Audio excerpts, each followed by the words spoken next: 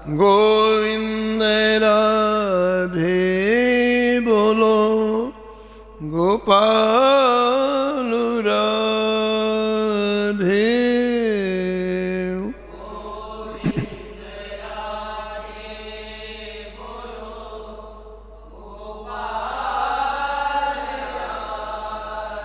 राधे राधे गोविंद गोविंद राधे।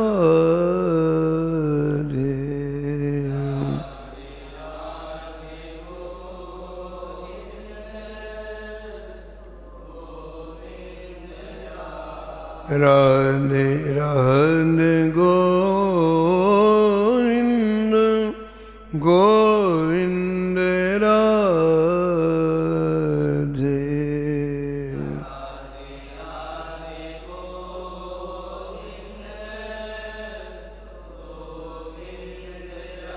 राधे राधे गोविंद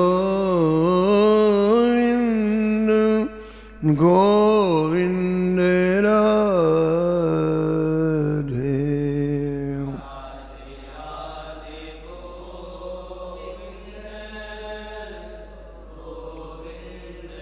राधे राधे गोविंद गोविंद राधे।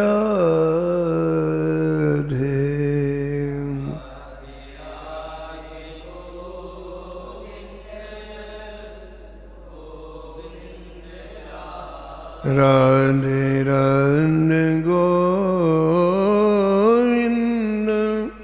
गोविंद राधे।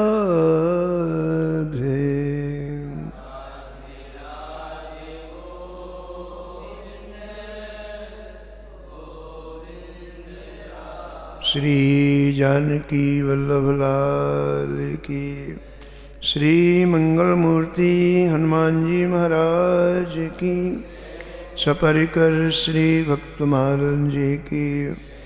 श्री वृंदावन धाम की। श्री स्वामी अग्रदास जी महाराज की। श्री नाभाजी महाराज की। श्री प्रियादास जी महाराज की। सब संत भगवान की। श्री बांके बिहारी लाल की। श्री राधा वल्लभ लाल की। श्री गिरिराज जी महाराज की। श्री यमुने महारानी की। श्री महाराज जी की। जय जय श्री राधे।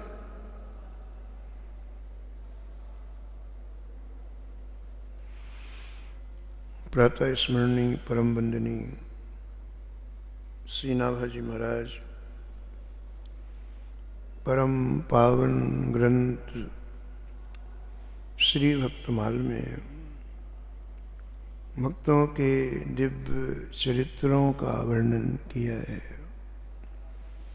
पूर्व प्रसंग में आप श्रवण कर रहे थे कमला गरुड़ सुनंद आदि षोडश प्रभु पदरति हनुमंत जामवंत सुग्रीव विभीषण सबरी खगुपति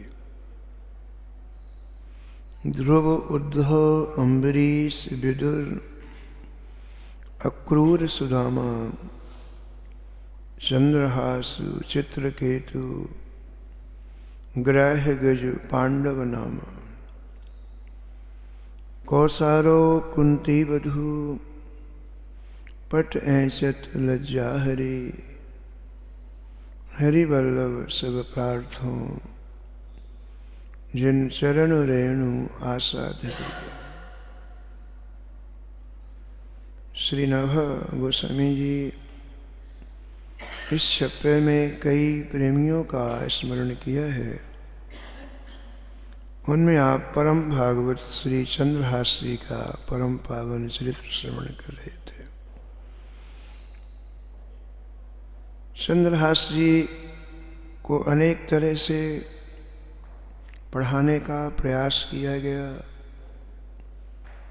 लेकिन चंद्रहास जी केवल हरि शरणम हरि शरणम हरि शरणम, यही मुख से उच्चारित करते हैं। चंद्रहास जी की ये बात उनके शिक्षकों ने राजा कुलिंद को बताई है। राजा बड़े बुद्धिमान थे, समझ गए हमारा ये पुत्र बड़ा ही परम भागवत है। उन आचार्यों को विदा कर दिया और होनहार पुत्र को राज तिलक कर दिया, राज्य का उत्तराधिकारी बना दिया, युवराज बना दिया, पूरी जिम्मेदारी दे दी और स्वयं भजन करने लग गए। जब चंद्रहास जी के उस राज्य के अधिपति बने तो चंद्रहास जी ने एक बहुत बड़ी सभा बुलाई प्रजा की। सभी प्रजावासियों को बुलाया और बड़े ही प्रेम से समझाया, जो यह मानव जीवन हमें मिला है वो स्थिर नहीं है, वो क्षणिक है। पूज्य महाराज जी श्री मथुरा दास महाराज कहते थे कि इस मानव जीवन की आयु तो कम है, 100 वर्ष के आसपास है, लेकिन अधिकार बहुत ज़्यादा है। ऐसे अधिकार किसी योनि के किसी जीव को प्राप्त नहीं हुए। और भी लोक हैं, बड़े बड़े लोक हैं, 7 लोक नीचे हैं, 7 लोक ऊपर हैं, बड़े बड़े लोक हैं। उन लोकों में आयु भी बहुत है, लाख लाख वर्ष की आयु है, अधिकार नहीं है। स्वर्ग का व्यक्ति चाहे कि हम भजन करके भगवान के धाम चले जाएं तो नहीं जा सकता। पाताल का व्यक्ति चाहे भजन करके भगवान के धाम चले जाएं तो नहीं जा सकता। उसे मृत्यु लोक में एक बार जन्म लेना ही पड़ेगा। और मानव शरीर में ही ये सामर्थ्य दी है, ये अधिकार दिया है कि जीव भजन करके भगवत धाम की प्राप्ति कर सके। इसलिए थोड़ी आयु होते हुए भी अधिकार बहुत है मानव जीवन में। ये मानव जीवन की विशेषता है। मानव जीवन के केंद्र में 3 रास्ते जाते हैं। हम जहाँ खड़े हैं ये मानव जीवन हमें प्राप्त है।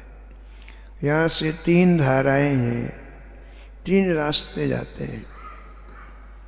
ठाकुर जी की कृपा हुई, ठाकुर जी का अनुग्रह हुआ, संतों की कृपा हुई और इस जीवन में श्री ठाकुर जी का भजन बन जाए, भजन में रुचि हो जाए, भजन अच्छा लगने लग जाए तो भगवत धाम की प्राप्ति होती है मानव जीवन से। इस जीवन से पूर्ण बन जाए, भूखे को भोजन दे दिया, वस्त्र विहीन को वस्त्र दे दिया, प्यासे को पानी दे दिया, रोगी को दवा दिला दिया, ये जो पूर्ण है ये पूर्ण स्वर्ग की प्राप्ति कराते हैं, ये भगवत धाम की प्राप्ति नहीं कराते। ये जो हम परोपकार करते हैं, परिहित करते हैं, ये स्वर्ग की प्राप्ति कराता है।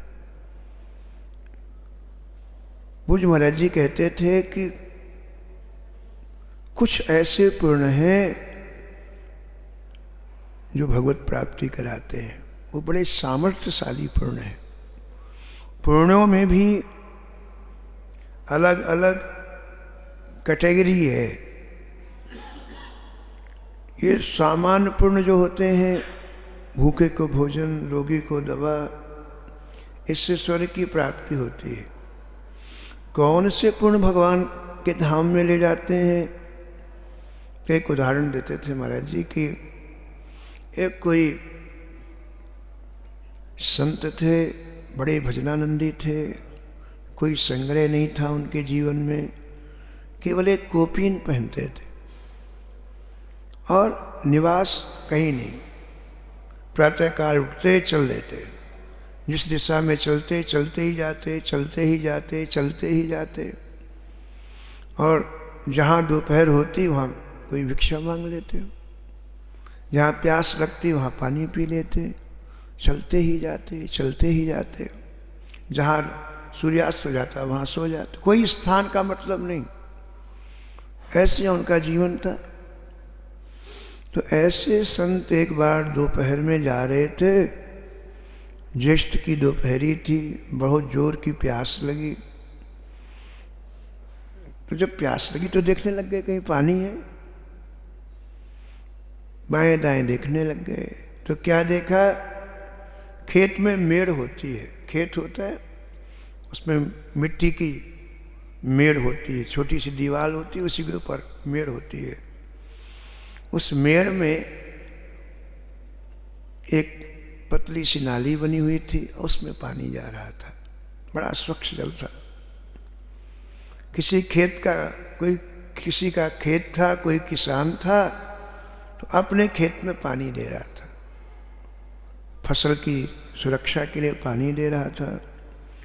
तो जहाँ से पानी दे रहा था वो खेत से 2 किलोमीटर दूर जगह थी, बहुत बड़ा कुआं था और रहट के द्वारा पानी निकाल रहा था। पहले ऐसे बनते थे, बैलों से खींच करके पानी निकलता था रस्सियों से, उसको रहट बोलते हैं। तो किसान था, रहट के द्वारा पानी वहाँ डालता और वो पानी चलते चलते चलते 2 किलोमीटर दूर खेत में जा रहा था।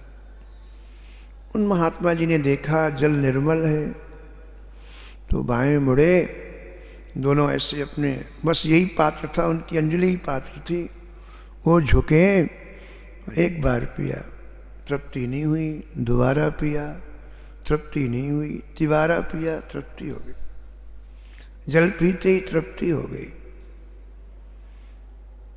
आपके मन को बड़ा संतोष हुआ और वो आगे चले गए। तो अब देखो आप, जो जल निकाल करके डाल रहा है उसने संत को नहीं देखा, संत ने उस किसान को नहीं देखा, लेकिन एक महान पुण्य बन गया। एक भजनानंदी संत के उदर में उसके द्वारा निकाले हुए जल से तृप्ति हो गई। वह इसका इतना महान पुण्य हुआ, इतना महान पुण्य हुआ कि वो 75 वर्ष का किसान, जो केवल यही जानता है कि भाई खेती कर लो, अनाज हो जाए, परिवार का पालन कर लो, इसके सिवा जो कुछ नहीं जानता, आज उस पूर्ण ने उसके हृदय में एकाएक भजन करने की इच्छा जागृत कर दी। अरे मैं इतना बड़ा 75 साल को मैंने भजन नहीं किया, अरे शरीर तो चला जा रहा है। यानी उस पूर्ण ने भजन करने की तीव्र इच्छा प्रकट कर दी।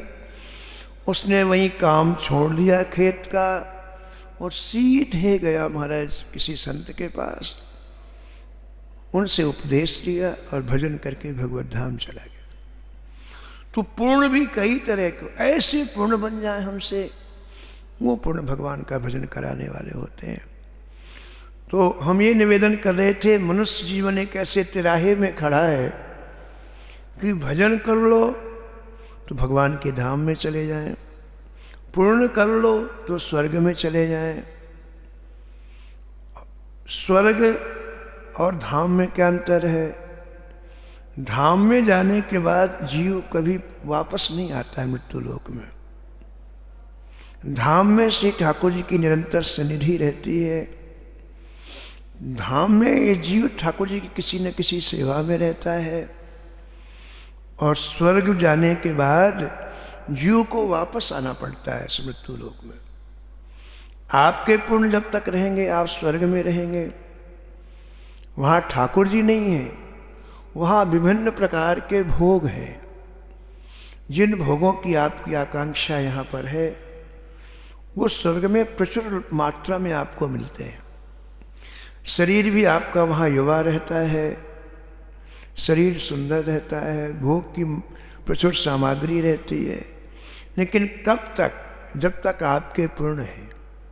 स्वर्ग जाते ही आपको एक माला पहना दी जाएगी, आपके पूर्ण के अनुसार 100 फूल की माला, 1000 फूल की माला, 1,00,000 फूल की माला पहना दी जाएगी। आप जैसे जैसे भोग भोगेंगे एक एक फूल आपकी माला से गिरता जाएगा, और जैसे अंतिम फूल आपकी माला से गिरा, श्री महाराज जी कह रहे थे कि स्वर्ग की जिस अप्सरा के साथ आप विहार कर रहे हैं वही लात मार के नीचे गिरा देते। पूर्ण समाप्त हुए और फिर यहाँ वापस आना पड़ता है, और फिर क्या बनेंगे पता नहीं है। स्वर्ग से गिरने के बाद हम कीड़े भी बन सकते हैं, मकोड़े भी बन सकते हैं, पशु भी बन सकते हैं, पक्षी, कुछ पता नहीं। स्वर्ग अच्छा नहीं है। तो यदि पूर्ण करते हैं तो हमें स्वर्ग की प्राप्ति होती है। स्वर्गो अल्प अंत दुखदाई, गोस्वामी जी ने लिखा है, अंत में दुख देने वाला होता है। और यदि हमने खूब पाप किए इस शरीर से तो नरक की प्राप्ति होती है। ये 3 हमारे पास विकल्प हैं मानव जीवन प्राप्त करने का। आप स्वतंत्र हैं, आपको क्या करना है। आपने यदि भगवत भजन किया निश्चित रूप से भगवान के चरणों में जाएंगे आप। आपने पुण्य किए, सत्कर्म किए तो आपको स्वर्ग की प्राप्ति होगी, और आपने खूब पाप किए तो आपको नरक की प्राप्ति होगी। श्री चंद्रहास जी समझा रहे हैं कि देखो भाई, ये शरीर है तो छोटी आयु वाला, क्षणभंगुर है, लेकिन अधिकार बहुत प्राप्त है। इतना बड़ा अधिकार किसी लोक के किसी प्राणी को प्राप्त नहीं है। इसलिए मेरी आप सबसे प्रार्थना है कि ये मनुष्य शरीर प्राप्त करके आप लोग अपने कर्तव्य का पालन करते हुए अपना ध्येय, अपना लक्ष्य भगवान का भजन बनाएं। क्योंकि पता नहीं कब मृत्यु आ जाए, इसलिए आज ही ये निश्चय कर लें, अभी निश्चय कर लें। क्षणभंगुर जीवन की कलिका, कल प्रात में जाने खिली न खिली, कल प्रात में जाने खिली न खिली।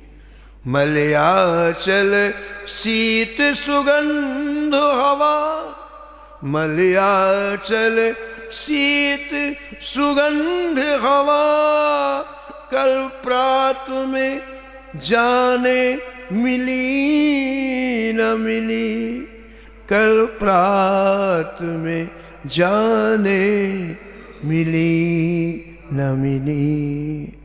कलिकाल कुठार लिए फिरता, तन नम्र है मारो झिली न झिली, तन नम्र है मार झिली न झिली। भजले हरि नाम हरि रसना, भजले हरि नाम हरि रसना, फिर अंत समय में हिली न हिली, फिर अंत समय में हिली न हिली। पानी केरा बुध बुधा तस्मा नुस्की जान। चंद्रहास जी कहते हैं इस क्षणभंगुर शरीर से इसका सार निकाल लो, भक्ति कर लो, भगवान का भजन कर लो। स्वामी अग्रदास जी कहते हैं कि झोपड़ी में आग लग चुकी है, आग लगनते झोपड़ा जो निक से सो जाए। इस झोपड़ी में आग लगा नहीं, लग चुकी है। अब जितना निकाल सकते हो निकाल लो। ये तो जलने वाली है।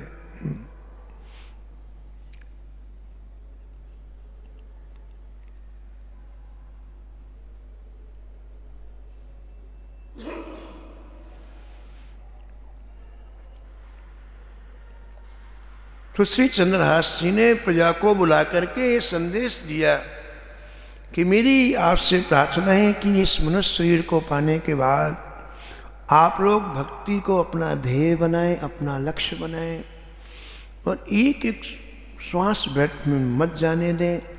अभी से निर्णय करने की हमें क्या करना है। जब तक व्यक्ति निर्णय नहीं करता तब तक कि उसकी ऊर्जा चारों तरफ बिखर जाती है और ऊर्जा का दुरुपयोग हो जाता है। और निश्चय करे तो शरीर की समस्त ऊर्जा एक तरफ लगती है और ध्येय की प्राप्ति जल्दी हो जाती है। हे मनुष्यों, जो व्यक्ति मनुष्य जीवन पा करके परलोक को नहीं संवारता वह बहुत दुख पाता है।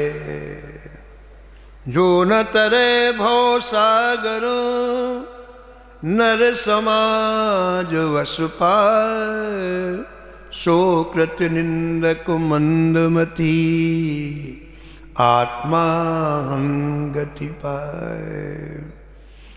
भगवान की विशेष कृपा हुई, ये मनुष्य जीवन मिल गया। ये भगवान की कृपा है। और इसके बाद फिर क्या विशेष कृपा हुई कि इस भवसागर से पार जाने के लिए गुरुदेव की प्राप्ति हो गई। और इतने पर भी यदि भवसागर से पार नहीं हुआ तो मंदमती वो अवसर चूक गया, मौका चूक गया और उसे मरने के बाद कुकर सुकर की योनि प्राप्त होती है। जैसे आत्महत्यारे की गति होती है, आत्मा हन गति पाए, वही से दंड मिलता है। इसलिए समय चूक पुनि का पछताने, हमें समय पर निर्णय ले लेना चाहिए। जो परलोक यहाँ सुख चाहूं, जो परलोक यहाँ सुख चाहूं, सुनी मम बचन हृदय दृढ़ गाऊं, सुनी मम बचन हृदय दृढ़ गाऊं। सुलभ सुखद हरि सुलभ सुखद मार्ग यह भाई, सुलभ मार्ग यह भाई, भगति मोर पुराण श्रुति गाई, भगति मोर पुराण श्रुति गाई।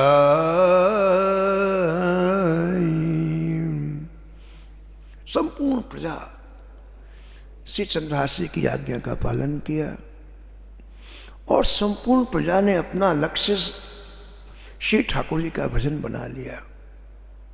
अपने आप प्रजा सुखी हो गई, न दंड देने की जरूरत पड़ी, न नियम बनाने की जरूरत पड़ी।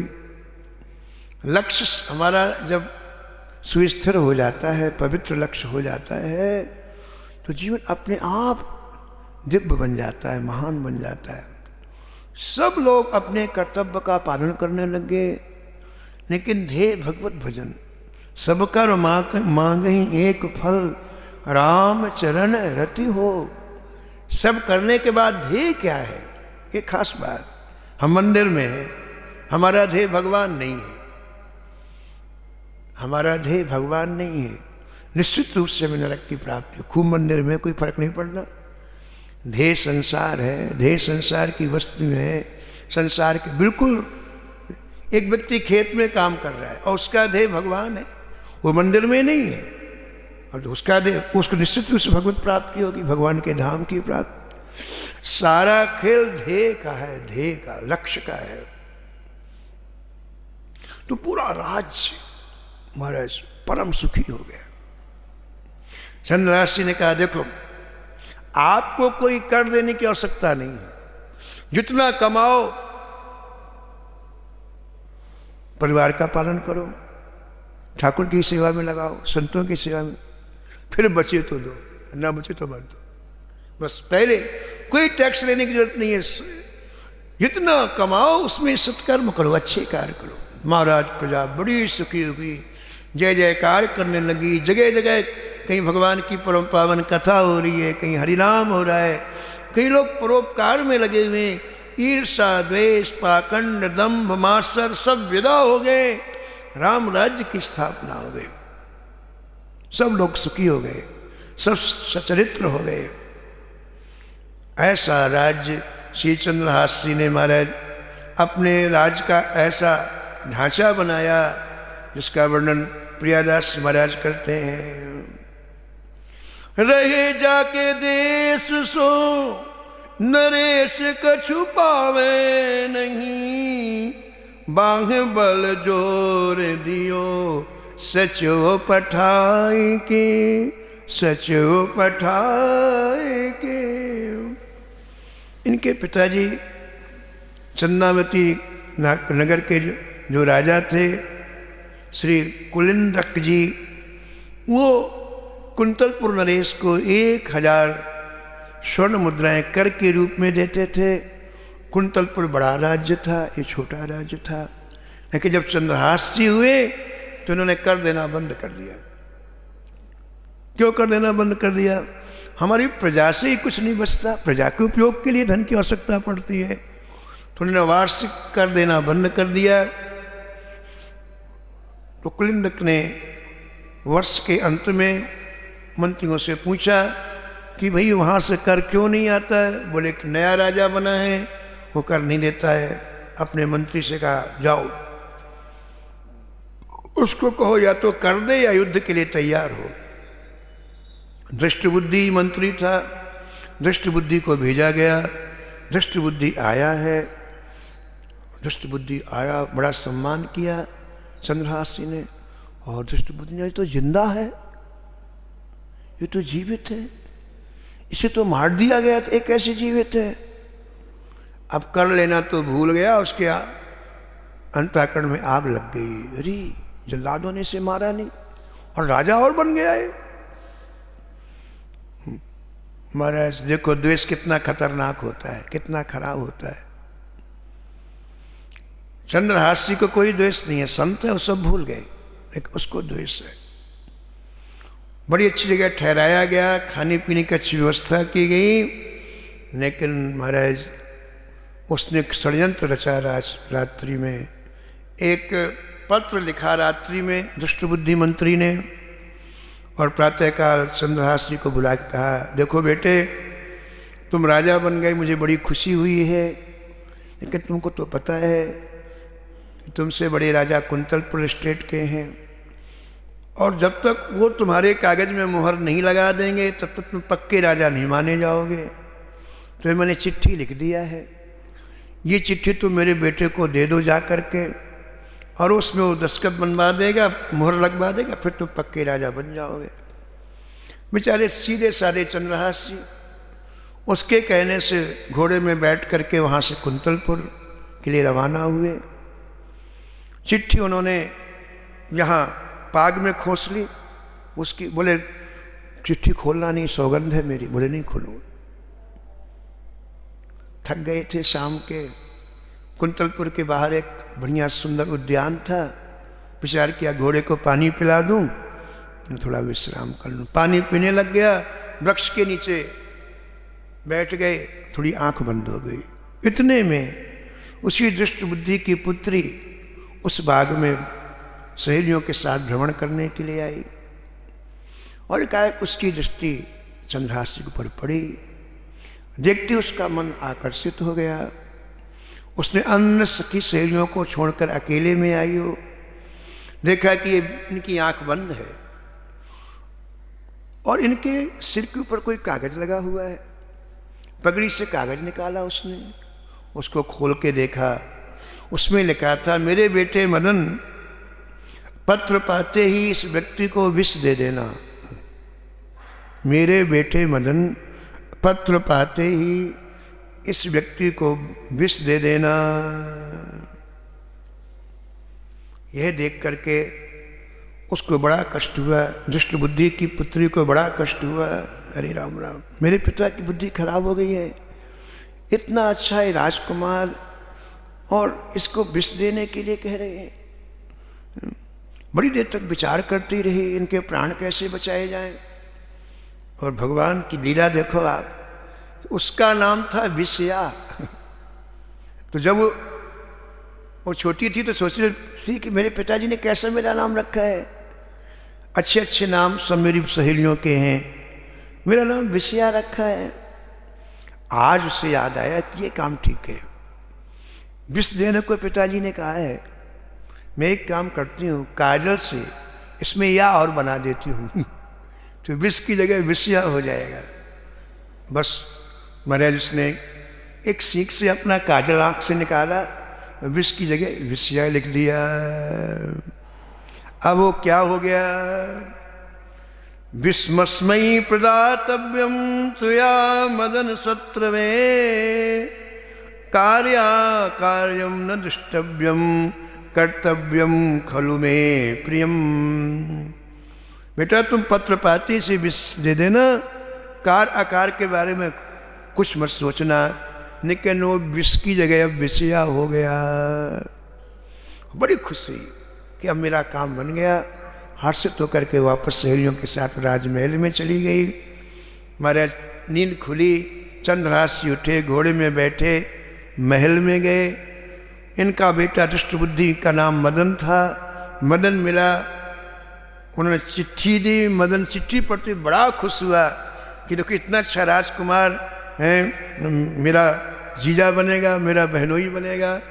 उसने कहा कि देर करने की जरूरत नहीं है, तुरंत कहा है पिताजी ने, तुरंत दे देना। तो मुहूर्त निकलवाया, तुरंत महाराज विवाह कर दिया। बोले रिश्तेदारों को बाद में बुला देंगे। सहनाई बढ़ने लग गई, विवाह हो गया। हाँ, अपनों सोचो दूर है, हरि सोचो तत्काल। शेष कथा आप कल सुनेंगे, समय हो गया। श्री राम जय राम, जय जय राम।